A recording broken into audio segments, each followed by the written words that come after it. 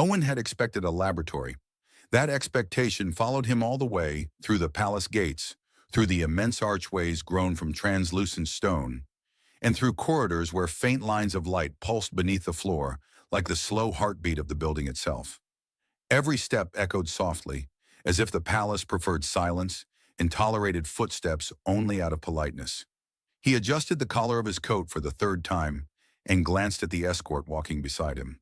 The alien guard was tall, composed, and utterly unreadable, except for the long, elegant ears that curved slightly backward along the sides of her head.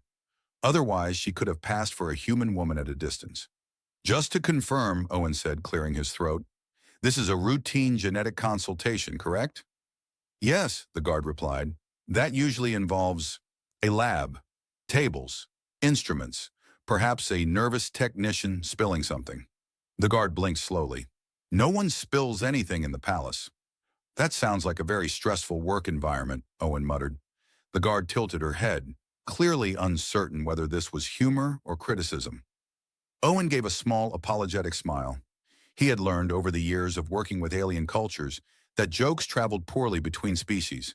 Humor depended on shared assumptions, and shared assumptions were in short supply across the galaxy. They turned another corner, and the corridor opened into a chamber so vast that Owen stopped walking without meaning to.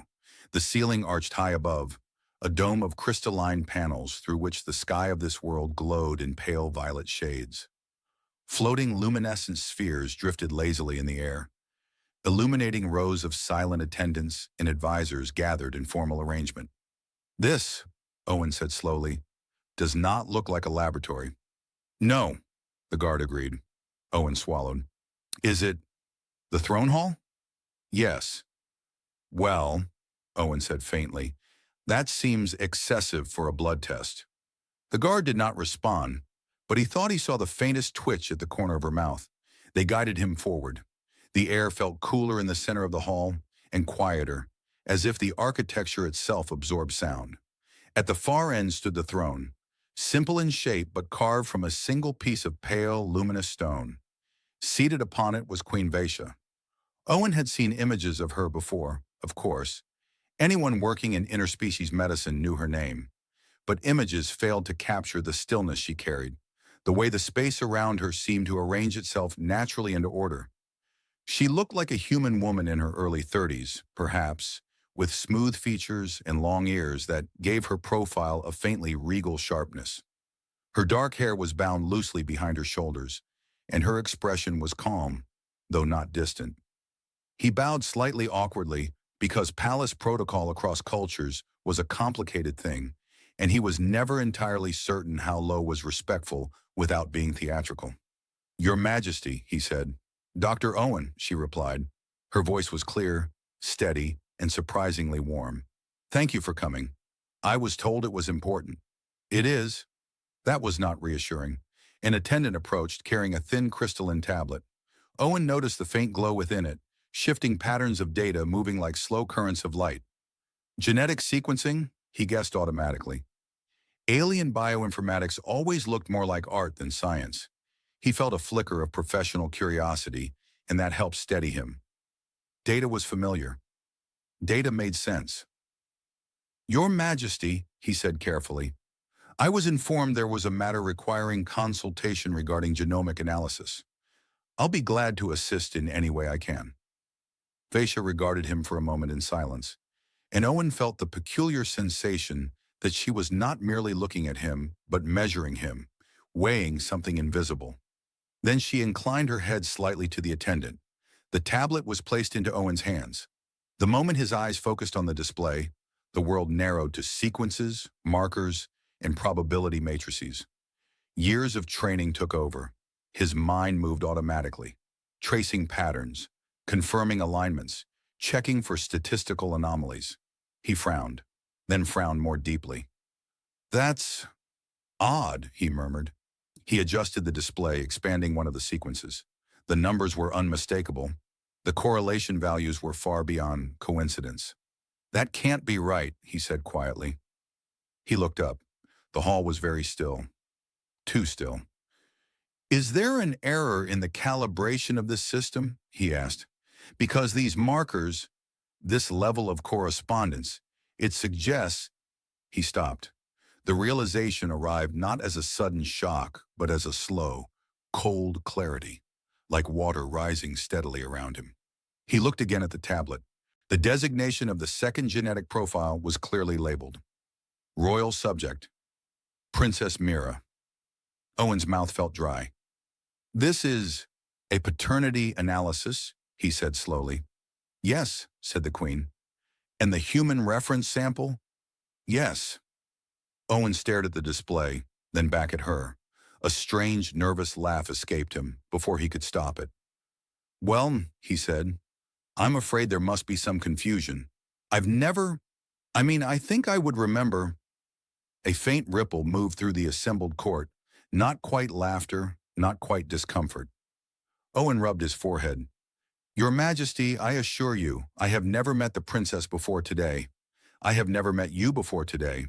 So unless alien genetics includes spontaneous fatherhood at a distance, this result is clearly incorrect.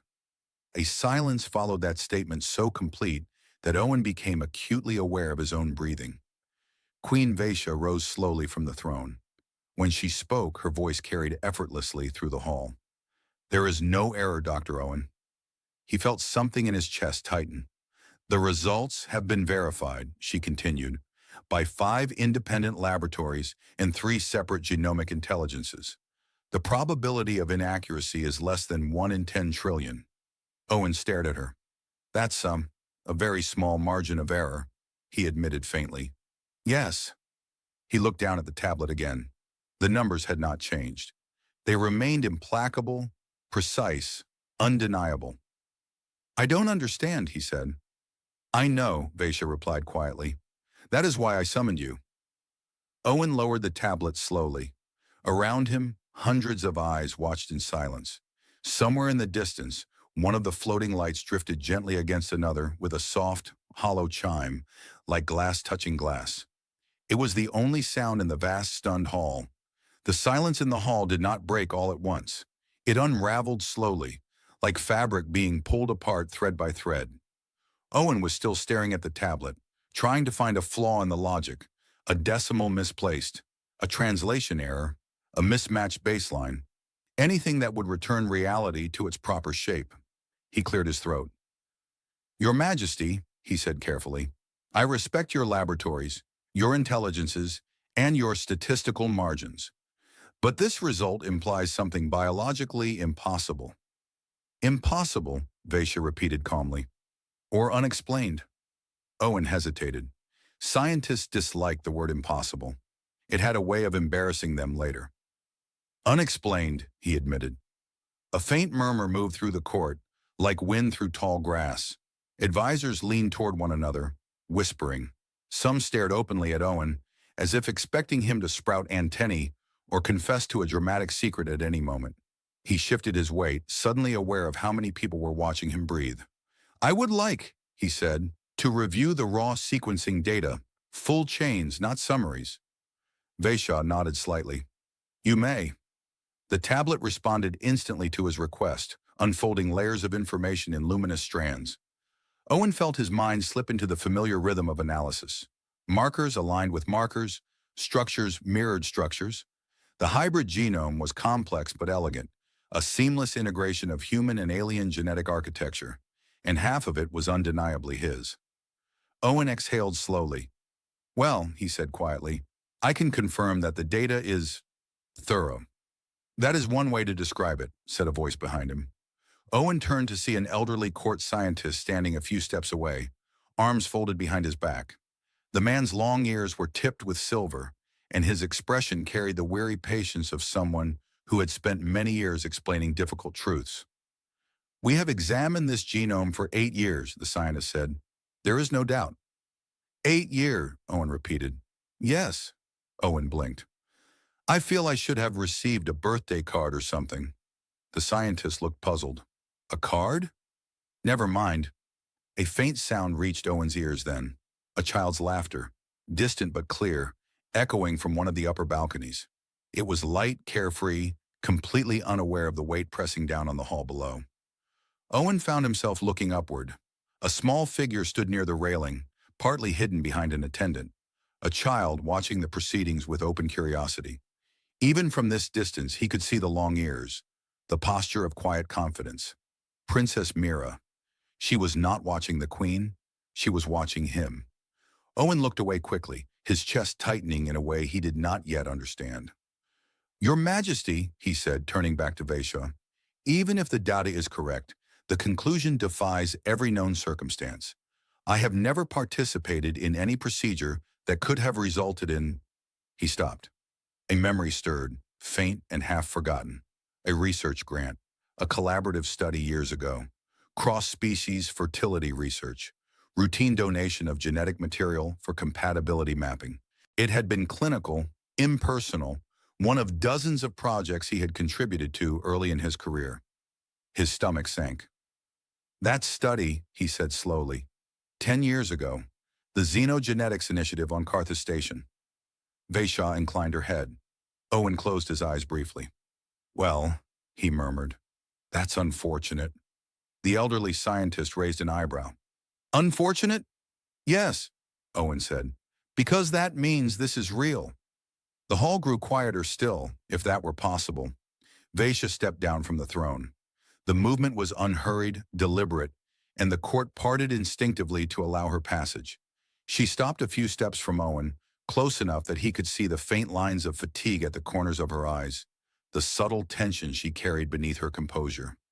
You were never meant to know, she said quietly. Owen looked at her. That sounds like the beginning of a very bad explanation. It is the beginning of the truth. He let out a slow breath. Your Majesty, I would very much like the middle in the end as well. For the first time, the faintest trace of humor touched her expression. That will require privacy, she said. Owen glanced around at the hundreds of silent witnesses. Yes, he agreed. I think that would help. Veysha turned to her advisors. The court is dismissed. A wave of murmurs followed, restrained but unmistakable. The advisors bowed and began to withdraw, their robes whispering softly against the luminous floor. Within minutes, the vast hall was nearly empty, the echoes of footsteps fading into distant corridors. Only a few attendants remained, along with the elderly scientist and the guard who had escorted Owen earlier. And above, the small figure on the balcony. Princess Mira was still watching him. Owen shifted uncomfortably. He felt as if gravity itself had changed direction, pulling him toward a future he had never imagined. Well, he said softly, mostly to himself, this is certainly not how I expected my week to go. The elderly scientist allowed himself a small, dry smile. Few significant discoveries ever are. Owen rubbed his temples. I once discovered a new protein structure and celebrated by eating an entire cake. This feels slightly more complicated. That, said the scientist, is an understatement of admirable restraint. Owen lowered his hands and looked at the Queen. Your Majesty, he said quietly, I am listening. And for the first time since entering the hall, he felt not only shock, but the slow, dawning awareness that whatever truth she was about to reveal would change not only his understanding of the past, but the shape of everything that came after. The chamber to which Owen was led was not large, but it was quiet in a way that felt deliberate, as if the walls themselves were designed to keep secrets.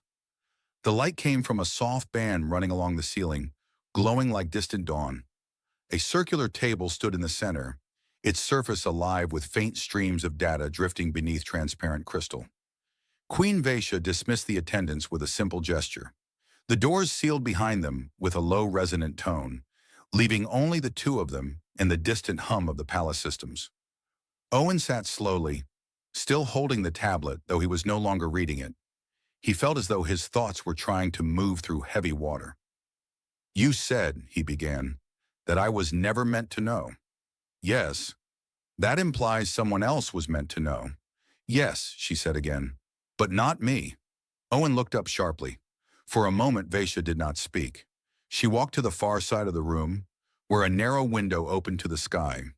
Pale clouds drifted across a violet horizon, and small transport craft moved silently in a distant lanes of air. When Meera was conceived, she said at last, I believed I was participating in a routine medical treatment, A preventative procedure, nothing more. Owen frowned. Preventative against what? A hereditary neurological disorder that affects my lineage. The physicians assured me they were strengthening genetic stability.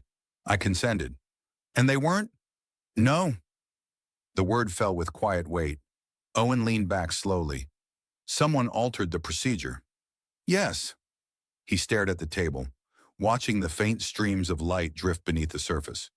And they used material from the research program, he said, from donors like me. Yes. Owen exhaled a long, unsteady breath. So I'm not responsible, he said quietly, almost to himself. No, Veysha said. You are not. He nodded once, but the reassurance did not bring the relief he expected. Responsibility was one thing. Reality was another. And you didn't know, he said. I did not know, she repeated. Silence settled between them again, but this time it was less heavy, more reflective. Owen found himself studying her, not as a queen, but as a person. There was a steadiness in her posture, but also a weariness that no ceremony could hide. How long ago did you find out? He asked. 8 years. Owen blinked. 8 years. That means you learned when Mira was an infant, Veysha said, barely able to stand. I ordered a full genomic analysis when certain traits began to appear. The results were unexpected. That's one word for it, Owen muttered. A faint curve touched the corner of her mouth. I believe I used a stronger word at the time. I hope so, Owen said. I would be concerned if you reacted calmly to something like this. I did not react calmly, she said. I reacted thoroughly. Owen smiled faintly despite himself. That sounds ominous. It was, she said. He leaned forward, elbows resting on the table. So you spent 8 years searching for me? Yes. Why? The question hung in the air longer than he expected. At last she said, because Mira deserves to know who she is. Owen looked down at his hands. I don't know how to be a father, he said quietly. Neither do I, Veysha replied. He looked up, surprised. I know how to rule, she continued. I know how to command fleets, negotiate treaties, and dismantle conspiracies. But raising a child, she shook her head slightly. That is an art no throne can teach. Owen let out a small breath that might almost have been a laugh. Well, that makes 2 of us then.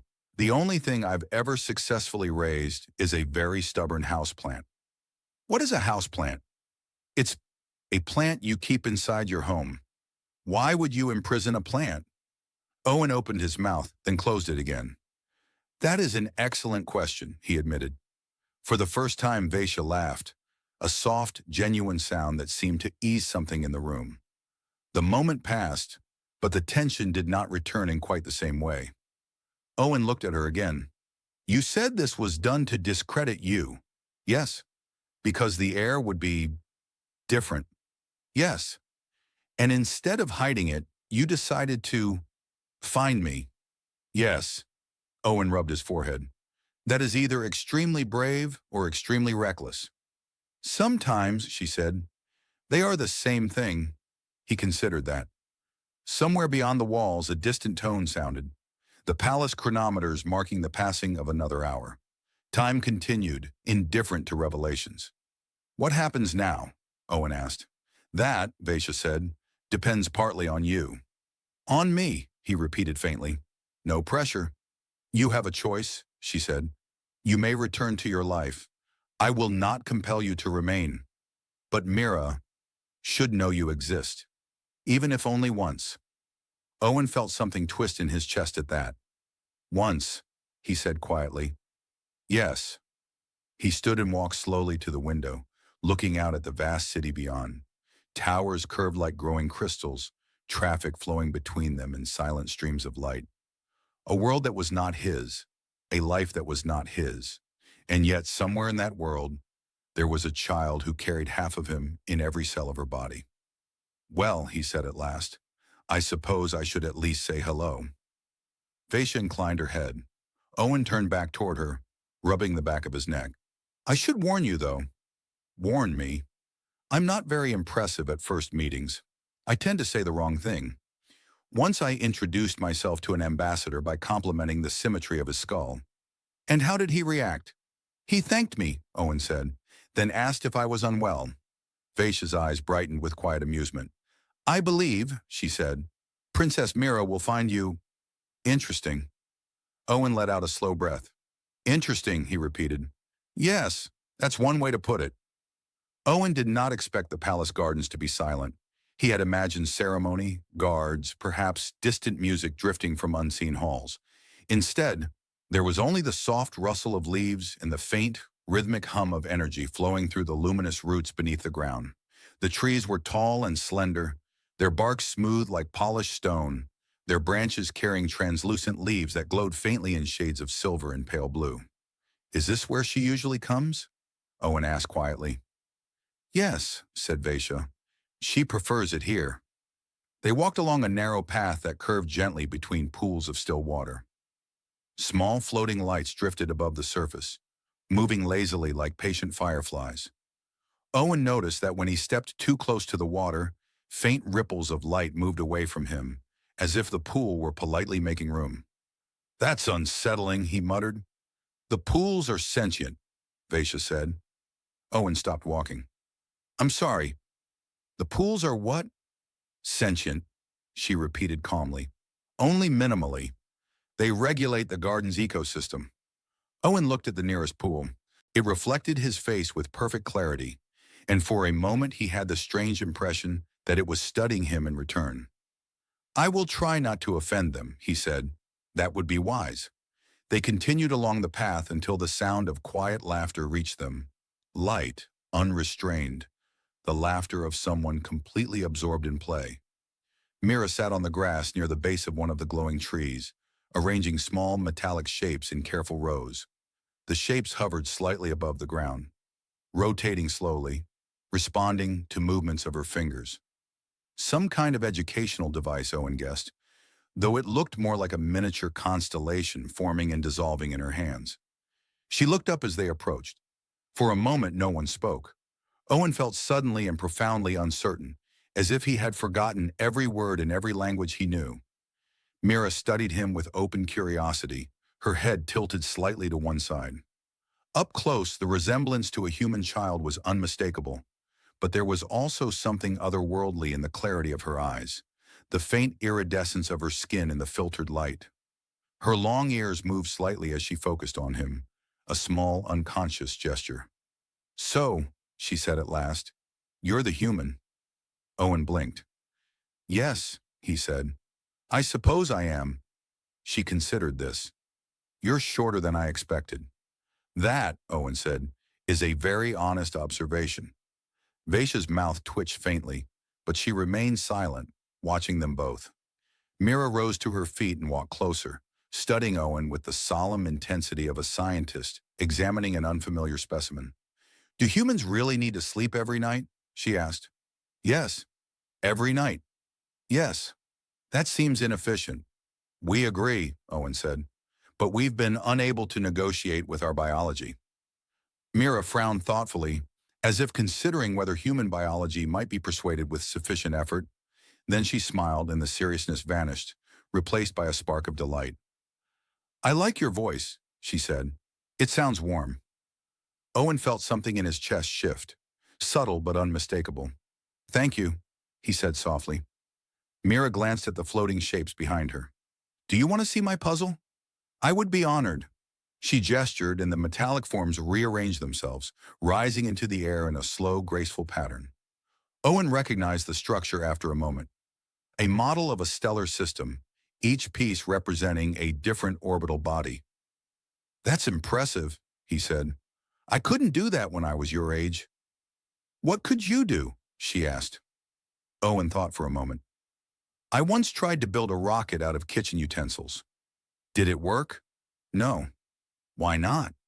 It turned out spoons are not ideal propulsion systems. Meera laughed, a bright, clear sound that echoed softly through the garden. Even Veysha's expression softened at the sound. Meera sat down again and began adjusting the floating pieces, her movements quick and precise. Mother says you're a doctor, she said. Yes. Do you fix people? Sometimes. Can you fix a broken wing? If it belongs to someone small enough, Owen said. Why? I helped a sky bird last week, she said matter-of-factly. It had fallen. The attendant said I shouldn't touch it, but it was frightened. Owen smiled faintly. You did the right thing. Mira looked at him again, more carefully this time, as if searching for something beneath the surface. Are you afraid? She asked suddenly. The question caught him off guard. A little, he admitted. Why? Owen hesitated. Children, he realized, asked questions adults were too polite to ask. Because, he said slowly, sometimes life changes very quickly, and it takes time to understand how you feel about it. Mira considered this with surprising seriousness. I think, she said after a moment, that when things change, you should find something good about the change. That makes it less frightening. Owen felt a quiet warmth spread through him, unexpected and gentle. That, he said, is very wise. I know, she replied calmly. He laughed, unable to help himself.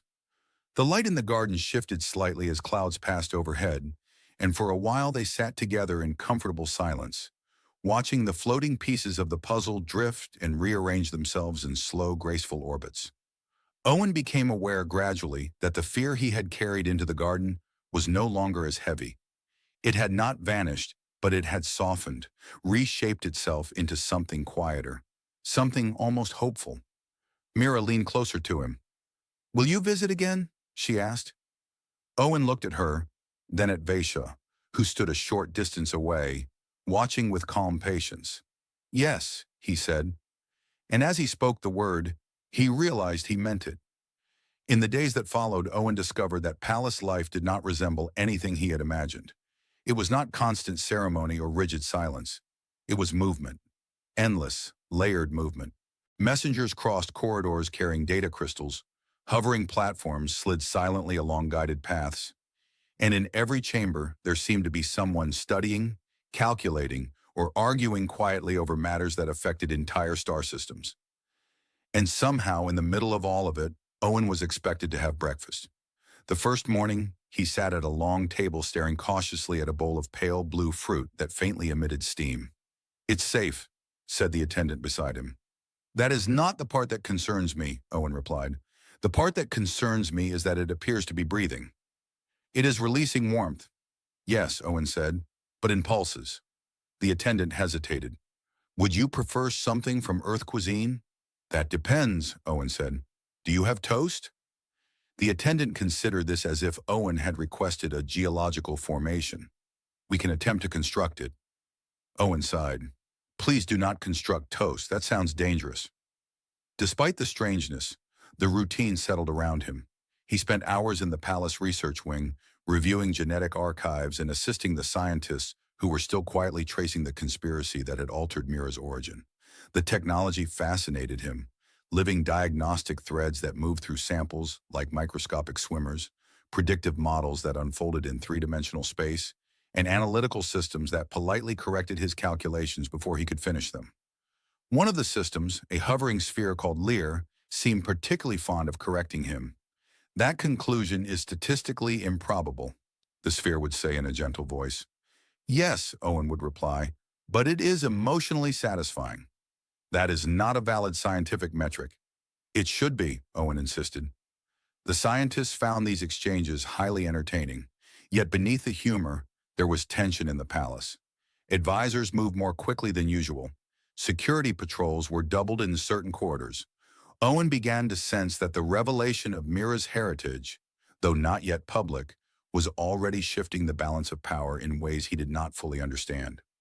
One evening, as he left the research wing, he found Veysha standing alone in a balcony corridor overlooking the city. The lights of the capital stretched to the horizon, rivers of silver and gold flowing between towers.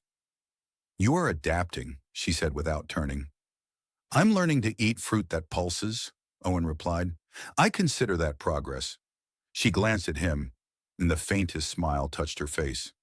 Do you regret staying? She asked. Owen leaned against the railing, looking out at the distant sky traffic. No, he said after a moment. I'm still confused, still overwhelmed, but I don't regret it.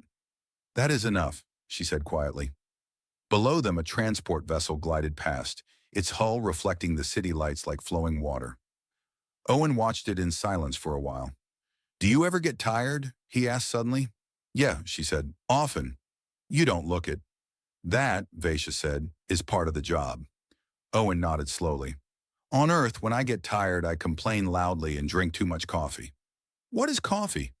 A bitter liquid that humans believe improves their judgment, but actually makes them talk faster. That sounds dangerous, she said. It is, Owen agreed, especially in hospitals. They stood in companionable silence for a while longer. It struck Owen that, despite everything, there was a quiet ease in speaking with her here, away from the formality of the court. Footsteps approached, light and quick. Mira appeared at the end of the corridor, slightly out of breath, her hair loose around her shoulders. There you are, she said, looking at Owen. I've been looking for you. I was hiding, Owen said. I thought if I stood very still, no one would notice me. That never works, Mira replied solemnly. I've tried. Veysha raised an eyebrow. You have? Yes, Mira said. During mathematics lessons. Owen coughed to hide a laugh. Mira walked to the railing and looked out over the city. The lights are brighter tonight, she said. They are preparing for the orbital festival, Veysha explained. Mira turned to Owen. Will you stay for it? I think so, he said. Good, she replied simply.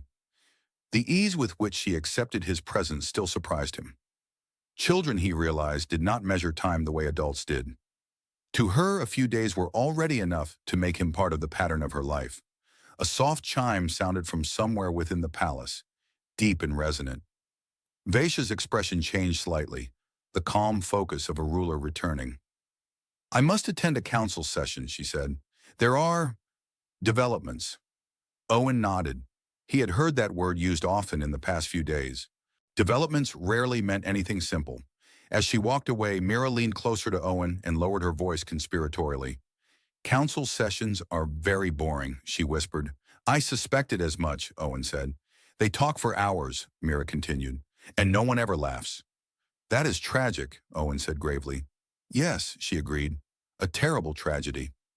They both looked out over the city, and Owen felt again that strange, quiet shift inside him.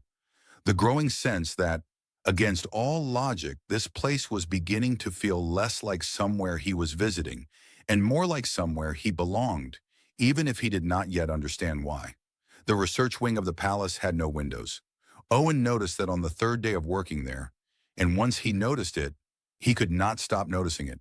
The walls glowed faintly with ambient light, the air was perfectly regulated, and time seemed to pass without reference to anything outside the work itself. It felt less like a laboratory and more like being inside a living mind. Dr. Owen, said the analytical sphere Lear in its calm, unhurried tone, your pulse rate has increased by 11%. I am concentrating, Owen replied. You are staring at the same genetic chain for 6 minutes. I am concentrating very slowly. That is inefficient. Owen leaned back in his chair and rubbed his eyes. Before him, a three-dimensional strand of genomic data floated in the air, rotating slowly. Portions of the sequence were highlighted in shifting colors, markers that had been artificially modified, inserted, or stabilized. The conspiracy had not been crude. It had been elegant, meticulous, and terrifyingly patient. They knew exactly what they were doing, Owen murmured. Yes, said one of the palace scientists, a woman named Sarat who stood nearby reviewing another projection. They designed the hybridization to appear natural. If the Queen had never ordered deep genomic mapping, it might never have been discovered. Owen studied the sequence again. But you did discover it. Yes, Sarat said quietly. And so they failed. Owen frowned. Not entirely. Whoever did this still managed to remain hidden for years. Sarat nodded. That is why we continue to search. The chamber hummed softly as new data streams appeared, flowing into the analysis field. Records from medical archives, transport manifests, laboratory supply logs, thousands of fragments of information assembled into patterns that slowly revealed the outline of something larger. Owen had spent enough years in research to recognize the feeling. It was like assembling a puzzle where most of the pieces were invisible. Lear, he said, show me the procurement records for xenogenetic catalysts from 10 years ago. Cross-reference with unauthorized shipments. A pause. Displaying, said the sphere. A lattice of glowing lines appeared, mapping the movement of materials across star systems. Owen leaned forward, tracing one of the lines with his finger. There, he said quietly. Surratt stepped closer. What is it? A shipment diverted to a private medical facility on the outer orbital ring, Owen said. Listed as routine diagnostic equipment, but the quantity doesn't match the declared use. Surratt's eyes narrowed. That facility was dismantled 8 years ago. Convenient, Owen said. Very. They stood in silence for a moment, studying the data. The conspiracy was no longer an abstract idea. It was a trail, faint, fragmented, but real. Owen leaned back and exhaled. I used to think the most stressful part of my job was arguing with insurance administrators. Surratt looked at him. What is an insurance administrator? Someone who decides whether you are allowed to fix people. She blinked. That seems counterproductive. Yes, Owen said. We noticed. The tension in the room eased slightly, and even Lear emitted a faint, almost approving tone. Hours passed unnoticed. When Owen finally left the research wing, the palace corridors felt unusually quiet, as if the building itself were resting. He found Mira in one of the smaller observation rooms, lying on her stomach on the floor, watching a holographic projection of a distant nebula, slowly unfolding in shades of violet and gold. That, Owen said, leaning against the doorway, is much prettier than my workplace. Mira looked up and smiled. This one is called the Singing Veil, she said. The gases vibrate at different frequencies. You can hear it if you amplify the signals. She tapped a control, and the room filled with a faint, haunting melody. Soft, distant, like wind moving through enormous, hollow structures. Owen listened, surprised by the quiet beauty of it. It sounds lonely, he said. I think it sounds peaceful, Mira replied. He sat beside her, and for a while they simply listened. Did you find the people who did it? She asked after a time. Not yet, Owen said, but we're getting closer. Mira was silent for a moment, then said, I'm not angry. Owen looked at her. No, she said. If they hadn't done it, I wouldn't exist. Owen felt something tighten in his chest again, that strange mixture of sorrow and wonder that seemed to follow him everywhere now. That's a very complicated way to look at it, he said gently. I think complicated things are usually the most interesting, Mira replied. He smiled faintly. I think you're right. Later that evening, Owen found Veysha in the strategy chamber, studying a projection of the orbital defenses. The light from the display traced pale lines across her face. We have identified one of the financiers behind the facility, she said without turning. A minor noble house. They believed that exposing Mira's origin would weaken the throne. And instead, Owen asked? Instead, she said quietly, they may have strengthened it. Owen considered that. Because you chose to tell the truth. Yes. He leaned against the edge of the console. On Earth, telling the truth is often considered a risky political strategy. It is here as well, Veysha said, but sometimes risk is unavoidable. They stood in silence, watching the projection of the planet slowly rotate in the air before them. Do you ever wonder, Owen said after a moment, what Mira will become? Yes, Veysha said softly. Every day. And she will become herself, Veysha said. That is enough. Owen nodded, though he wasn't sure why those words stayed with him long after the conversation ended. That night, as he walked back through the quiet corridors, he realized something that unsettled him more than any conspiracy. He was no longer thinking about when he would leave. He was thinking about what would happen if he stayed. The day of the public assembly arrived beneath a sky so clear that the upper atmosphere shimmered like polished glass. Owen stood in a preparation chamber overlooking the Great Hall, adjusting the unfamiliar formal coat that had been provided for him. The fabric seemed to adapt slightly to his movements, tightening or loosening in subtle ways that made him feel as if he were being gently supervised by his own clothing. I am fairly certain, he muttered, tugging at the collar, that this coat is judging me. Lear, hovering nearby, replied in its usual calm tone, the garment contains posture correction filaments. It is not capable of judgment. That's what it wants you to think, Owen said. The sphere paused, perhaps considering whether sarcasm was a form of data corruption. The doors opened, and Mira slipped into the chamber, her expression bright with excitement. She wore ceremonial attire in pale silver and blue, her long ears adorned with small, luminous ornaments that moved faintly as she walked. "You look nervous," she said. "I am nervous," Owen admitted. "Why?" "Because there are going to be thousands of people out there, and they will all be looking at me." Mira considered this. "If it helps, they will mostly be looking at me and Mother." "That helps a little," Owen said, "but not very much." She smiled and took his hand without hesitation, and the simple, unself-conscious gesture steadied him more than he expected. In the great hall, the assembly gathered in layered tiers that rose like terraces around the central floor. Representatives from dozens of worlds stood among the citizens of the capital, their voices blending into a low, expectant murmur. When Queen Veysha entered, the hall fell silent. Owen walked beside her and Mira, aware of every step, every breath. He could feel the weight of attention pressing down from all sides, but it no longer felt suffocating. It felt meaningful. Veysha stood at the center of the hall and spoke, her voice carrying effortlessly. She told the truth, not in fragments, not softened or disguised, but clearly and completely. She spoke of the stolen research, the violation of consent, the years of investigation. She spoke of Mira, not as a scandal or a secret, but as a child who embodied the union of two peoples. And she spoke of Owen. When she finished, the silence that followed was not shock this time. It was thoughtfulness, the collective stillness of thousands of minds adjusting to a new understanding. Then slowly someone began to applaud. The sound spread, growing, echoing against the high walls until the hall was filled with it. Not thunderous, not wild, but steady and sincere. Owen felt Mira squeeze his hand. Later, in the quieter hours after the assembly, the palace seemed to breathe differently, as if a long-held tension had finally been released. Reports arrived confirming that several of the conspirators had been arrested, their network dismantled by the investigators who had worked in silence for years. The threat that had once loomed in shadows was gone. Owen found himself once again in the garden beneath the glowing trees. The pools reflected the stars now, their surfaces dark and still.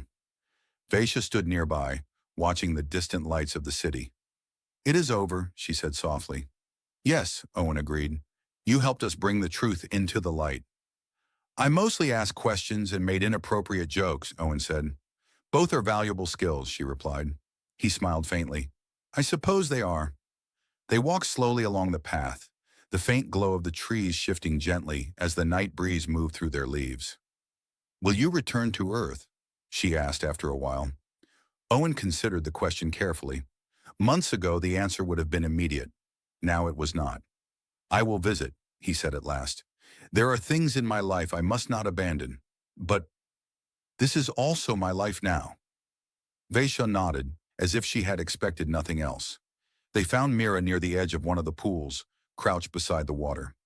She was watching small luminous creatures drift beneath the surface, their bodies tracing delicate patterns of light.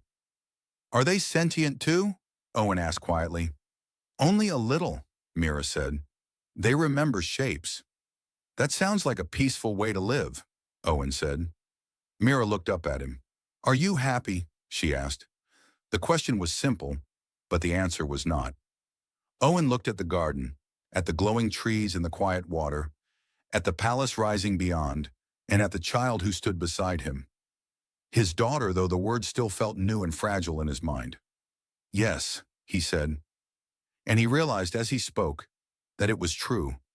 He was no longer the man who had walked into the palace expecting a routine consultation. That man had lived in a smaller world, one defined by schedules and studies and carefully controlled outcomes. This world was larger, stranger, and far more uncertain, but it was also richer, filled with connections he had never imagined. Mira slipped her hand into his again, and together they watched the luminous creatures drifting in the water, their patterns slowly changing, reshaping themselves into new forms. Above them, the stars burned steadily, indifferent to conspiracies, to politics, to the fragile and extraordinary bonds that form between living beings. But beneath those stars, in the quiet garden of a distant world, a family stood together, formed not by choice at the beginning, but by choice in everything that followed. And that, Owen thought, made all the difference.